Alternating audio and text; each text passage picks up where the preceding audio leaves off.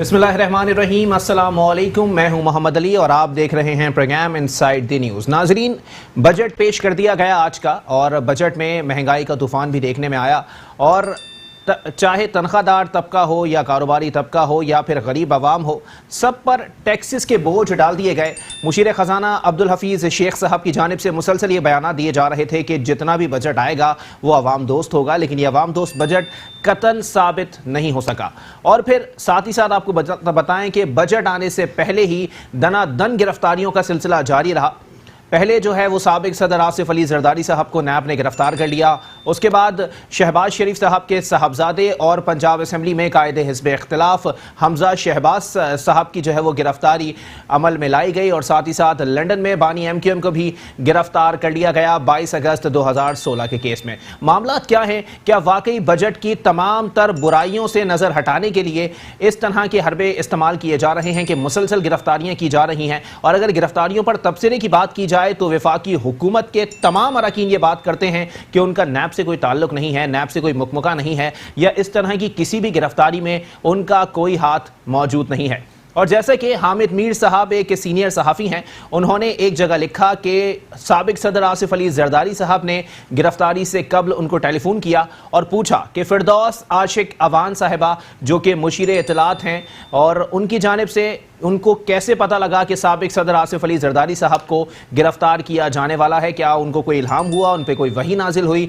कैसे उनको पता लग गया कि साबिक सदर आसिफ अली जरदारी जो है वो नैब के हाथों पाबंदे सलासल होने वाले हैं? 10 रोज़ा रिमांड भी आज उनका ले लिया गया है। साथ ही साथ उन्होंने ये बात पूछी कि कैसे वुज़रा को पता लग जाता है कि कौन सा रहनुमा किस तरह जेल जाने वाला है। इतवार के रोज़ फिरदौस आशिक अवान साहिबा ने ये पेशगोई की थी कि साबिक सदर आसिफ अली जरदारी को गिरफ्तार किया जा सकता है। और इससे कबल कायदे हिज़्ब इख्तिलाफ सिंध असम्बली फिरदौस शमीम नकवी साहब भी इस तरह की पेशगोई कर चुके थे कि सिंध में किसी बड़ी शख्सियत की गिरफ्तारी हो चुकी है।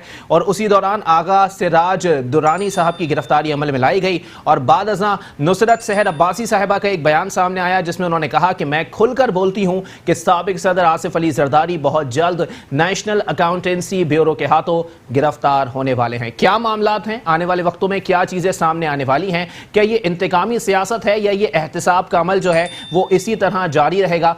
अगर ये एहतिसाब है तो सिर्फ ये अपोजिशन जमातों पर क्यों है? हुकूमती अरकान पर अब तक हाथ क्यों नहीं डाला गया? और आने वाले वक्तों में हुकूमत के कौन कौन से अरकान जो हैं वो पाबंदे सलासल हो सकते हैं? कि इसके ऊपर कोई बात हो रही है? और जब स्कैंडल सामने आया चेयरमैन नैब का, तब उन्होंने भी तमाम फाइलें तलब कर ली थी कि देखा जाए कि हुकूमती अरकान में कौन कौन कितनी करप्शन की गंगा में हाथ धो चुका है। इसी पर बात करेंगे। हमारे साथ मौजूद हैं सीनियर तज्जियाकार हैं कैप्टन रिटायर्ड अदीब सफ़ी साहब। बहुत शुक्रिया कैप्टन साहब, आपने अपना कीमती वक्त इनायत किया। उनके साथ तशरीफ़ रखते हैं पाकिस्तान पीपल्स पार्टी के रहनुमा हैं जनाब राना गुलजार ताज साहब। बहुत शुक्रिया राना साहब, आपने भी अपना कीमती वक्त इनायत किया।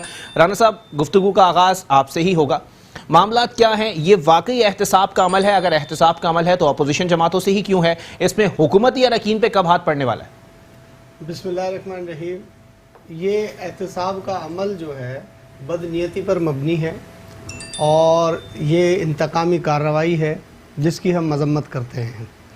बात यह है कि जरदारी साहब को गिरफ़्तार किया गया, हमजा शहबाज को गिरफ़्तार किया गया, हम इसकी मजम्मत करते हैं और ये काबिल मजम्मत है। सवाल ये पैदा होता है कि जब इनका ट्रायल हो रहा है, जरदारी साहब का भी और जितने भी मतलब अपोजिशन के लोग हैं, जब सबका ट्रायल हो रहा है तो ये मुल्क से भागे तो नहीं है, मुल्क के अंदर मौजूद हैं। अच्छा। और जब अदालत बुला रही है, जब ये जा रहे हैं, तो इनको गिरफ्तार करने का मकसद क्या था? गिरफ्तार करने का मकसद यही है कि इनको झुकाया जाए, अवाम से दूर किया जाए। पाकिस्तान पीपल्स पार्टी ऐसे ओछे हथकंडों की मजम्मत करती है और हम इंशाअल्लाह अदालतों का एहतराम आज भी करते हैं। हमारा पुरअमन प्रोटेस्ट जारी रहेगा, पूरे मुल्क में जारी रहेगा। और हम महंगाई के ख़िलाफ़ भी इस बात पर प्रोटेस्ट हमारा जारी रहेगा, क्योंकि इसलिए कि ये हुकूमत इमरान खान साहब जो हैं गोरबाचोव की याद दिलाते हैं, जो कि सोवियत यूनियन के गोरबाचोव थे, तो इमरान खान भी वही याद दिला रहे हैं जो कि मुल्क के मफाद में नहीं हैं। जरदारी साहब को गिरफ़्तार किया इन्होंने, तो अब ये साबित करें कि जरदारी साहब को गिरफ़्तार किया है तो किस मसले पर किया है और कितनी उनसे वसूली करते हैं। चलिए राना साहब जरा ये भी बता दीजिएगा, गिरफ्तारी तो हो गई साबिक सदर आसिफ अली जरदारी साहब की, जीत किसकी हुई? देखिए, जीत किसी की नहीं हुई, मुल्क को नुकसान हो रहा है। अच्छा, इसमें जितने दिन ये महाजराई में जाएंगे इमरान खान साहब, मुल्क को नुकसान हो रहा है, पाकिस्तान को नुकसान हो रहा है। इमरान खान साहब को होश के नाखून लेने चाहिए और इमरान खान को चाहिए कि वो मुल्क की फ़िक्र करें, मुल्क की तरक्की की बात करें। ये महाजराई की तरफ जा रहे हैं, ये अपोजिशन को इंतकामी कार्रवाई की तरफ जा रहे हैं, जो कि हुकूमत वक्त के लिए दिन पर दिन घेरा तंग होगा। और इंशाअल्लाह पीपल्स पार्टी के कारकुन हारने वाले नहीं हैं, घबराने वाले नहीं हैं। इस हुकूमत वक्त का मुकाबला करेंगे और साबित करेंगे कि पीपल्स पार्टी के कारकुन जो हैं वो कितने हरावल दस्ते का किरदार अदा करेंगे।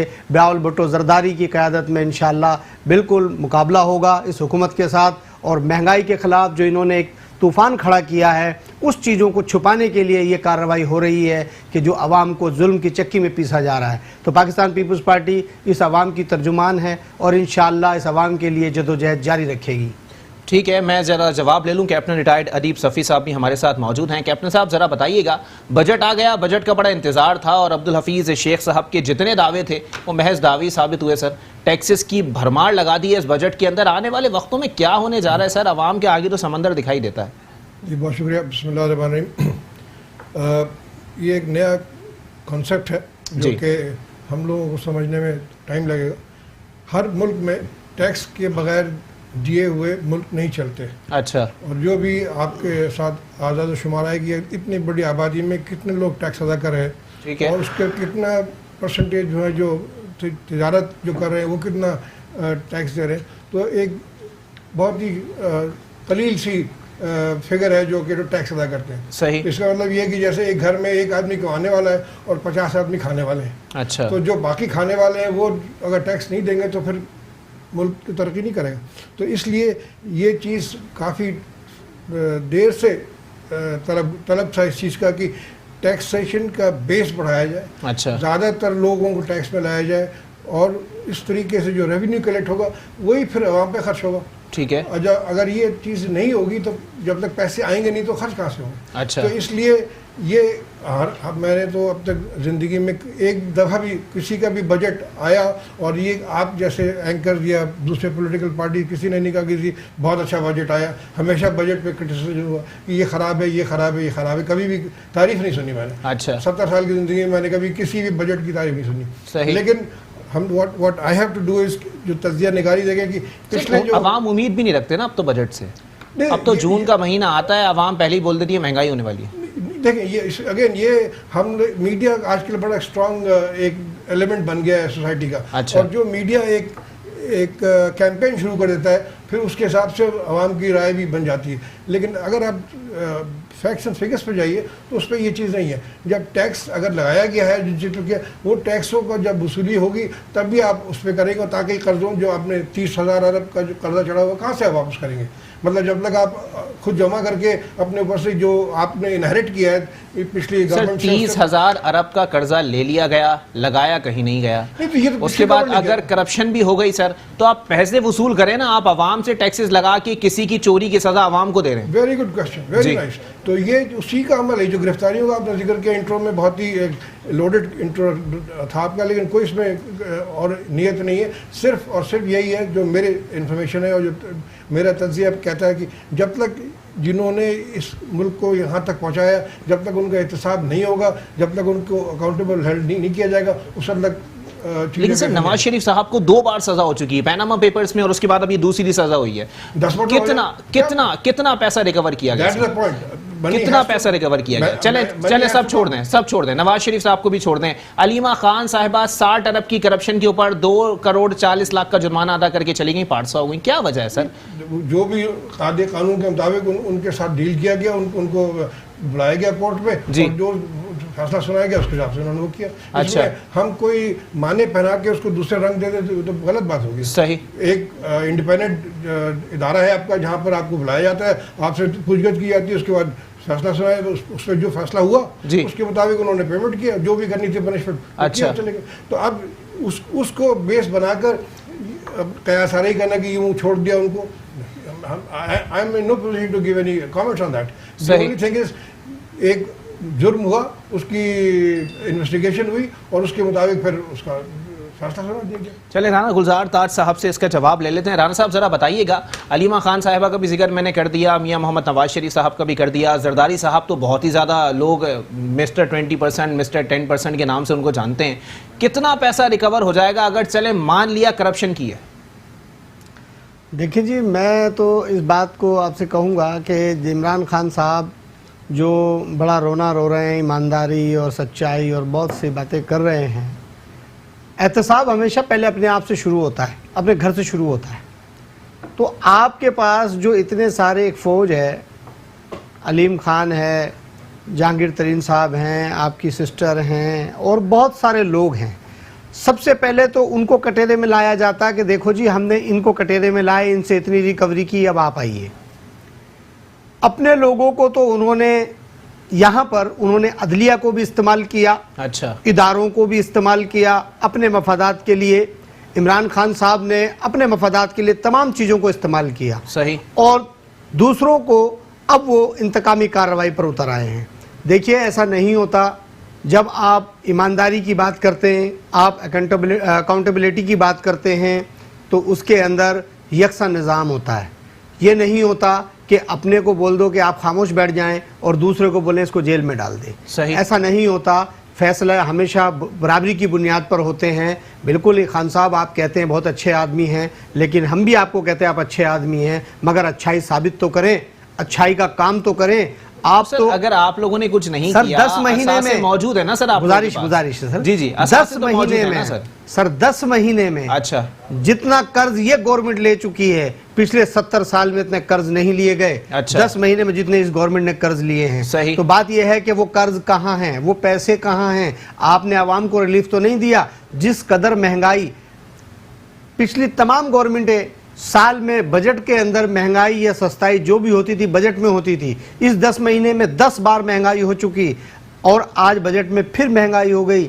हम बात करते हैं, देखें हम छोटे लोग हैं, मिडिल क्लास लोग हैं, हम बात बड़ी गाड़ियों की नहीं करते, हम करोड़ों की प्रॉपर्टी की नहीं करते। अच्छा। हम बात करते हैं आटे की, सही। दाल, चीनी, ये हर गरीब की ज़रूरत है। मजदूरी, आप ये देखिए कि अभी जो चीनी पर अभी इन्होंने पैसे बढ़ाए थे 72 रुपये हो गई, आज फिर इन्होंने 5 रुपये बढ़ाए हैं आज की तारीख में भी। अच्छा। आटा आप देखें आज भी 5 रुपये इन्होंने बढ़ाए हैं। तेल, घी, आप ये देखिए सर, वो कह रहे हैं 30 साल का गंद है ना जो अब हम साफ करेंगे। सर देखें, बिजली जी, बिजली को इससे पहले 2.5 रुपये इन्होंने आप लोगों का भी बड़ा किरदार रहा है वैसे गंद फैलाने में। 30 साल का गंद ये समेट रहे हैं, तो बिल्कुल ये गरीब को मारेंगे।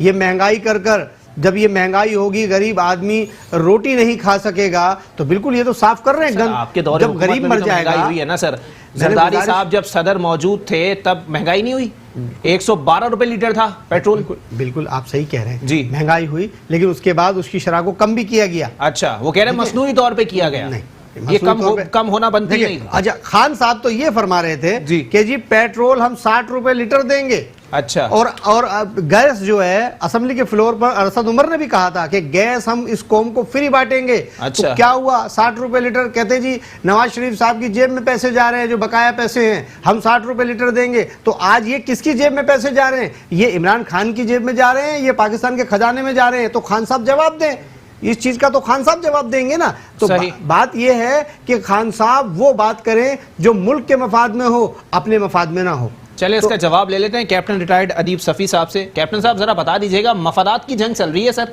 मफादात के लिए इदारे भी इस्तेमाल हो रहे हैं, मफादात के लिए अदालतें भी इस्तेमाल हो रही हैं, मफादात के लिए अदलिया भी इस्तेमाल हो रही है, और मफादात के लिए तमाम सियासतदानों को उठाकर जेल में डाला जा रहा है। देखिए, राना साहब का स्टेटमेंट जो है पॉलिटिकल स्टेटमेंट है जी, और इस तरह के सियासतदान देते रहते हैं। अच्छा, आपके पास तो क्लिप्स पड़ी होंगी कि एक टाइम पर एक स्टेटमेंट आया, फिर उसी का दूसरा स्टेटमेंट आ गया। सर इसी के नाम सियासत है ना सर। तो इसका नाम मैं क्योंकि किसी पॉलिटिकल पार्टी से कोई ताल्लुक नहीं, तो एनालिसिस इस चीज़ का नहीं कर सकते। सिर्फ एक सवाल ज़रूर उनसे पूछूंगा कि जो 10 महीने में जो उन्होंने कहा जो 70 साल से ज़्यादा कर्ज ले लिया, मुझे ज़रा उसकी सोर्स दे दें, मुझे अमाउंट बता दें, ताकि मैं उसको चेक करके फिर आपको उसका जवाब दूँ कि भाई। वैसे इस बात की तस्दीक की जा चुकी है मौजूदा हुक्मरानों की जानिब से भी। मेरे नज़र से नहीं गुजरी कि इसका अमाउंट कितना है। जो अच्छा। 30,000 अरब जो है 70 साल का कर्ज और ये 10 महीने का कर्ज बराबर हो गया, ये इसके सोर्स मुझे बता दें ताकि फिर उसे मैं चेक कर लूँ, क्योंकि इस अच्छा। तरीके से कंजेक्चरल डिस्कशन का कोई फायदा नहीं है। आप पॉलिटिकल स्टेटमेंट चले मैं आपके लिए आसानी कर देता हूं। 6,000 अरब रुपया 6,000 अरब रुपया कर्जा लिया गया था पाकिस्तान की 60 साल तारीख में, ठीक है, और अब तक 3,000 अरब कर्ज ले चुकी है मौजूदा हुकूमत सिर्फ 10 महीने के।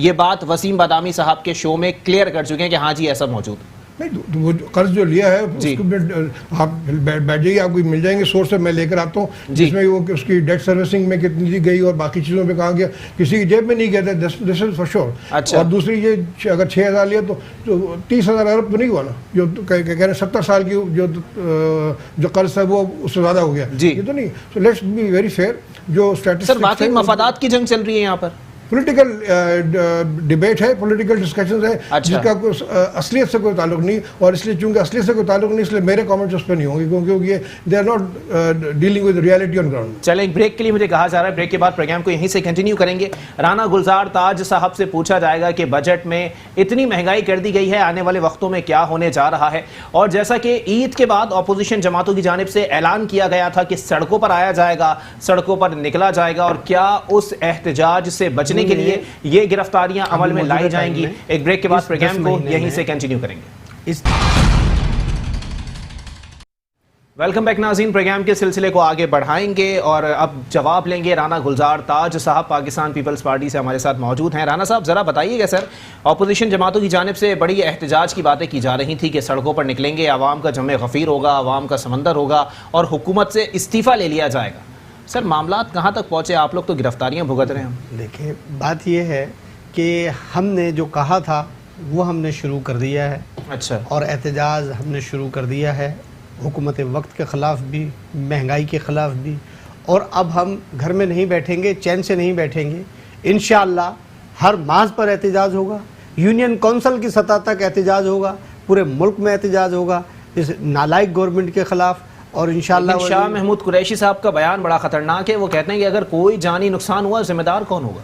वो देखिए मासूमी, हमारा पुरअमन एहतजाज है। अच्छा। हमने किसी की इमलाक को नुकसान नहीं पहुंचाना, हमने किसी की जान को नुकसान नहीं पहुंचाना, क्योंकि ये पाकिस्तान है और इसकी सालमियत भी हमें अजीज़ है। सही। लेकिन हम पुरअमन एहतजाज करेंगे, हम पाकिस्तान की सालमियत को देर नहीं कर दिया आप लोगों ने एहतजाज करने में? वैसे बिल्कुल नहीं, देखें हर चीज़ वक्त पे होती है। अच्छा। और बिल्कुल पार्टी की आज आला अच्छा, जरा ये भी बता दीजिए साबिक सदर आसिफ अली जरदारी साहब को एजेंडा कहाँ से आता है? नहीं, कभी वो कहते हैं कि नहीं जी हम जमहूरियत के लिए हम कोई एहतजाज नहीं करेंगे, वो ट्रेन मार्च रुकवा देते हैं अपनी पार्टी का, और कभी वो कहते हैं कि नहीं जी मैं निकलूंगा सड़कों पे, कभी वो साफियों से कहते हैं कि हुकूमत गिराने में मदद करो। जी देखिए, वो ट्रेन मार्च नहीं था, वो चेयरमैन साहब को लाड़काना जाना था। अच्छा। तो वो एक लाड़काना गए थे, वो ट्रेन मार्च नहीं था। ट्रेन मार्च जब मैं उसकी बात नहीं कर रहा होगा, मैं उसकी बात नहीं कर रहा। साबिक सदर आसिफ अली जरदारी साहब ने स्टेटमेंट दे के एक ट्रेन मार्च रुकवाया था जो आप लोगों का शेड्यूल था। बात यह है कि मैंने फिर वही आपसे कहा कि हमें एजेंडा कहीं से नहीं आता। अच्छा। हमारी सीसी फेडरल एक मीटिंग कौंसिल है, मरकजी जो कमेटी है, अच्छा, वो फैसला करती है। अच्छा। और वो बाकायदा अप्रूवल देती है मरकजी कमेटी जो हमारी है, और सीसी जो है और उसकी सदारत जो है वो चेयरमैन बिलावल भुट्टो जरदारी साहब करते हैं। अच्छा। और वो जो भी फैसला करेगी इंशाअल्लाह वो बेहतर होगा और कौम के मफाद में होगा। मतलब एहतजाज का सिलसिला आप लोग शुरू करने वाले हैं? ज़्यादा तेज़ होगा, कम नहीं होगा।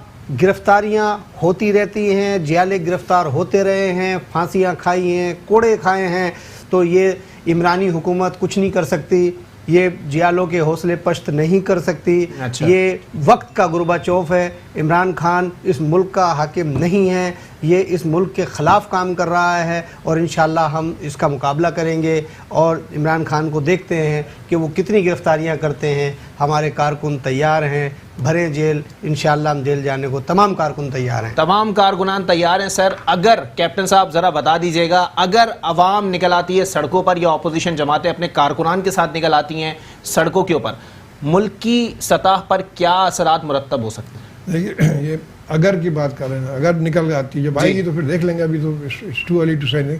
लेकिन एक चीज़ आपको मैं याद दिला दूँ, ये दोनों पार्टियाँ, चाहे पीपल्स पार्टी हो चाहे PMLN हो, जब इन दोनों के लीडरों के स्टेटमेंट देखे जी उन्होंने इतनी करप्शन की है, हम उनको सड़कों पे घसीटेंगे, और वो कहते हैं जरदारी साहब की जी नवाज शरीफ साहब ने हमारे पीठ पे छुरा भुका, इनसे कभी मसाले नहीं, अब वो मिल गए। अच्छा। तो व्हाट इज द रीजन, क्यों ये मिल गए? कभी इस पे आप जरा तो गौर करने की क्या हुआ है, क्या चीज़ कॉमन ग्राउंड मिली है जिस पर ये दोनों पार्टियां इकट्ठा हो गई हैं? अच्छा। और इसके साथ साथ और दूसरी पार्टियां में शामिल हो रही हैं। तो मैं चूंकि पॉलिटिकल एरिया इसलिए इतना नहीं, बट एज ए एनालिस्ट भाई सोचता जरूर कि भाई क्या चीज़ होगी जो कि आप दोनों की दोनों मिल गई हैं, और एक ही चीज़ समझ में आती है जो जाहिर है कि वो है करप्शन, जिसकी अच्छा। बिना पर दोनों एक दूसरे को सपोर्ट कर रहे हैं। अब आगे जो आपके इदारे हैं, नैब है, इंडिपेंडेंट है, फर्स्ट टाइम वर्किंग, बिल्कुल कोई गवर्नमेंट का उसमें और दखल नहीं है, जैसा कि हम देख रहे हैं कि जिसको भी बुलाते हैं वो उसको पेश कर लेते हैं। चलें एक बार फिर जरा बजट की बात कर लें कि बजट में इतने टैक्सेस लगा दिए गए हैं, आने वाले वक्तों में अवाम कितनी महंगाई बर्दाश्त करेंगे, इस पर बात करेंगे। हमारे साथ मौजूद हैं साबिक सदर हैं FPCCI के जनाब मजहर नसीर साहब। बहुत शुक्रिया मजहर साहब, आपने अपना कीमती वक्त इनायत किया। सर बताइएगा, इतने टैक्सेस लगा दिए गए हैं, चाहे नौकरी पेशा अफराद हों या कारोबारी शख्सियात हों, सबके ऊपर टैक्सेस की एक भरमार दिखाई दे रही है। आने वाले वक्तों में ये बजट जो है वो कितना मनफी और कितना मस्बत साबित होगा? देखिए, मैं समझता हूं कि आपको बजट के असरात जो हैं अगले 3 महीने में ही पता चल जाएंगे। उसकी वजह यह है कि ये बजट बेस कर रहा है उन टैक्सेस की ऊपर, रिकवरी के ऊपर जो गवर्नमेंट करेगी। तो अगर तो वो टैक्सेस जमा होंगे तो वो एक्सपेंडिचर्स होंगे। गवर्नमेंट ने अपनी डायरेक्शन तो अच्छी ली है कि उन्होंने सब्सिडीज की तरफ लेकर गए हैं, एग्रीकल्चर की तरफ लेकर गए हैं और बाकी डेवलपमेंट्स की तरफ लेकर गए हैं, लेकिन साथ साथ इंडस्ट्री जो है उसके ऊपर उन्होंने सेल्स टैक्स नहीं लगाया जो मजीद 17% से ज्यादा लगाना था। लेकिन इसके बरक्स जो उन्होंने जीरो रेटेड इंडस्ट्री के ऊपर अपना रिफंड खत्म कर दिया है और सेल्स टैक्स लगा दिया है। सिर्फ चंद ही दिनों में आपको पता चल जाएगा, 1 महीने के गुजरने के बाद, कि क्या उनका सिस्टम रिफंड वापस करता है या नहीं करता। अगर तो रिफंड वापस नहीं किए तो मैं समझता हूं कि जो एग्जिस्टिंग इंडस्ट्री है पाकिस्तान के अंदर वो बहुत ज्यादा स्ट्रेस में आ जाएगी और at the verge of collapse आ जाएगी। तो ये गवर्नमेंट को उस वक्त काम करना चाहिए था जब उनकी मुकम्मल मशीनरी तैयार हो और वो उससे तैयार हो सके। आज के हालात में जब एग्जिस्टिंग इंडस्ट्री नहीं चल रही तो नई इंडस्ट्री कहाँ से आएगी? और इन टैक्सेस के बाद, और अगर इन्होंने मजीद बिजली के जैसे बात हो रही है और गैस के बढ़ाने की बात हो रही है, तो मैं नहीं समझता कि एक्सपोर्ट्स के अंदर भी कोई ज्यादा इजाफा होगा और ना ही आपकी FDIs के अंदर कोई इजाफा होगा, बल्कि IMF की रिपोर्ट के मुताबिक आपकी तो GDP भी गिर जाएगी। और इन टैक्स रेट्स के साथ ये अगले 1 साल बहुत मुश्किल का है पाकिस्तान के लिए। उम्मीद तो यही थी कि बजट टाइट आएगा, लेकिन उन्होंने जिस तरह से टैक्सेस मजीद लगा दिए हैं, मैं समझता हूँ उससे आम आदमी के लिए बहुत मुश्किल हो जाएगा। एक गरीब आदमी की तो उन्होंने 17,500 रुपए सैलरी कर दी है, लेकिन वो हर आदमी जो चीनी, सीमेंट, एग्रीकल्चर प्रोडक्ट्स इस्तेमाल करता है उसके लिए दुश्वारियां बढ़ जाएंगी, मजीद ट्रांसपोर्टेशन की कॉस्ट बढ़ जाएगी। तो ये सिर्फ कुछ ही दिन में पता चलेगा कि आप इस बजट को किस तरह लेके आगे चलेंगे और आपकी रिकवरी होती है या नहीं होती। अच्छा मजहर साहब, जरा ये भी बता दीजिएगा कि बजट से पहले बड़े बड़े दावे किए जा रहे थे हुकूमत की जानिब से भी और ब्यूरोक्रेसी की जानिब से भी कि डॉलर को 100 रुपए तक लाने के लिए कोशिशें की जाएंगी, लेकिन यहां तो रुपए की बेकदरी ही दिखाई दे रही है। देखिए, हुकूमत के खुद हाथ में ये नहीं है कि डॉलर का क्या रेट होगा। अगर कहते थे तो गलत कहते थे। उसकी वजह यह है कि आपका जो डॉलर है वो लिंक्ड है आपकी फाइनेंशियल बुक्स के हिसाब से। आपका स्टेट बैंक की एक फ्री फ्लोट मॉनेटरी कमेटी है जो उसका फैसला करती है कि डॉलर कहां तक जाएगा। और फ्री फ्लोट का मतलब ही यही होता है कि जब आपकी रिक्वायरमेंट ऑफ डॉलर ज्यादा हो और आपके पास रुपीज उसको देने के लिए ना हो उस डॉलर को लेने के लिए। क्योंकि आपकी $60 बिलियन की इंपोर्ट है, 24 अरब डॉलर की आपकी एक्सपोर्ट है, तो उस खसारे के अंदर डॉलर का बढ़ना और रुपये का डिवैल्यू होना लाजिम है। बात यही है कि जब तक गवर्नमेंट अपनी इंडस्ट्रियलाइजेशन पॉलिसी को लेकर नहीं चलेगी, जिसमें इंपोर्ट सब्स्टिट्यूशन और एक्सपोर्ट इन्हेंसमेंट हो, जिससे आपके पास ज़र मुबादला ज्यादा आए और इंपोर्ट के अंदर कम हो जाए, तो आपका डॉलर नहीं गिरेगा। मैं ये समझता हूं कि अगर आज डॉलर 150-151 रुपए का है तो चंद दिनों में, चंद महीनों में ये 155 और 160 तक मैक्सिमम चला जाएगा और इंटरेस्ट रेट भी आपका 12.25% से 12.5 और 13% तक जा सकता है। अच्छा मजहर साहब, जरा ये भी बता दीजिएगा आने वाले वक्तों में क्या चीजें सामने आने वाली हैं, क्योंकि स्टॉक मार्केट क्रश कर चुकी है, इस वक्त मईशत की हालत इंतहाई अबतर है, मामलात क्या हैं, बेरोजगारी बढ़ती जा रही है, लोग बेरोजगार होते जा रहे हैं, लोगों के पास जरिए माश नहीं है, लोगों के बने बनाए कारोबार तबाह हो चुके हैं। आने वाले दिनों में क्या अजीब सूरत हाल पैदा हो जाएगी, हुकूमत कैसे संभाल सकती है इसको? देखिए, जितना भी इकोनॉमी है वो उसका पहिया चलता ही बिजनेस से है, और बिजनेस चलता है परसेप्शंस के ऊपर। स्टॉक मार्केट का एक दिन गिर जाना ये बात नहीं साबित करता कि इकोनॉमी खराब है। कुछ दिनों के अंदर मैं समझता हूं कि स्टॉक एक्सचेंज अपनी जगह पे वापस आना शुरू हो जाएगा, लेकिन परसेप्शन इस वक्त जो इंडस्ट्री और बिजनेस के हैं वो बहुत खराब हैं। उसकी वजह से कोई, मैं नहीं समझता कि लोकल पाकिस्तानी इस वक्त पाकिस्तान के अंदर इंडस्ट्री में इन्वेस्ट करेगा। एट द सेम टाइम अगर पाकिस्तानी इन्वेस्ट नहीं करेगा तो आप ये बिल्कुल उससे निकल जाएं कि कोई बाहर से आके भी इन्वेस्ट करेगा। रीजन के अंदर आपने अपनी बिजली की कॉस्ट, रीजन में आपने गैस की कॉस्ट, और रीजन में आपने स्टेबिलिटी मिलती है आपको। अगर इस रीजन के अंदर आपकी बिजली, गैस और स्टेबिलिटी पाकिस्तान से कम हो तो फिर आपको इन्वेस्टमेंट वहां चली जाती है।